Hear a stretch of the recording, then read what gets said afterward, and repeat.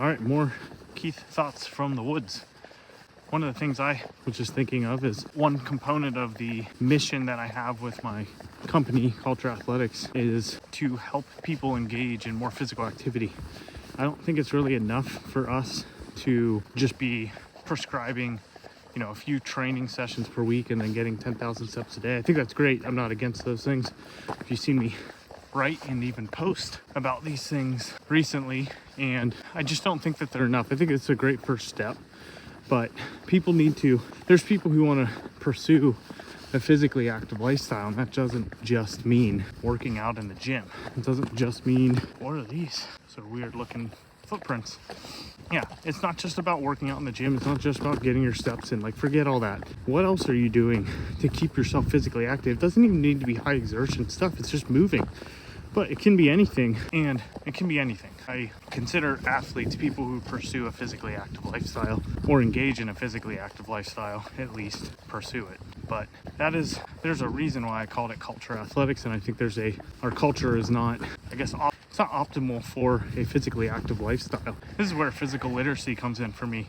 I think we've lost that in our culture, especially with young kids, but even adults. You have people who grew up physically active and then they lose that when they get older. And by older, I mean like post high school or post college, post playing sports.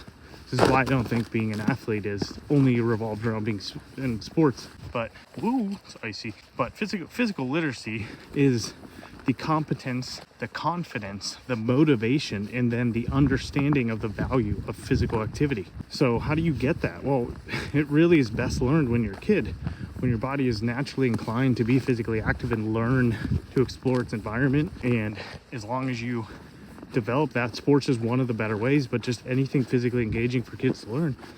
But that has to be maintained, because it's a skill. It's a perishable skill, and you can lose that very easily. So if you're not continually working on that physical literacy component, holy shit, you're gonna lose that. And that's why I said it's the best to learn as a kid, but it's good for adults to continually focus on those things too. And so this is why I think people lose out on physical activity. This is a sheet of ice in the woods here, holy shit. And it's not just sport. I mean, I've seen so many people try to get back into sports in their adult years and they give up because they got hurt. It was too hard for them. They also don't feel confident.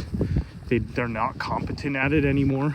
These are things, therefore it affects your motivation. And then you just kind of naturally lose that value, or you lose your understanding of the value until you start having health problems. So it's just this weird cycle that's sort of like obvious right in front of our face, but we ignore or we forget about.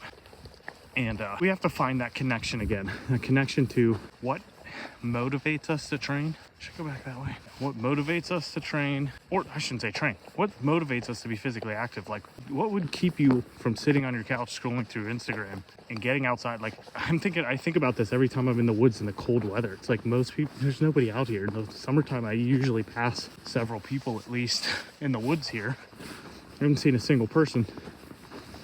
I'm not at all trying to say, it's cold out, people should get out cold, but so many people lose their fitness and their activity levels over the winter because of the cold. It's like there's so many different things that you can do. I'm gonna pause this because I think I'm talking too much.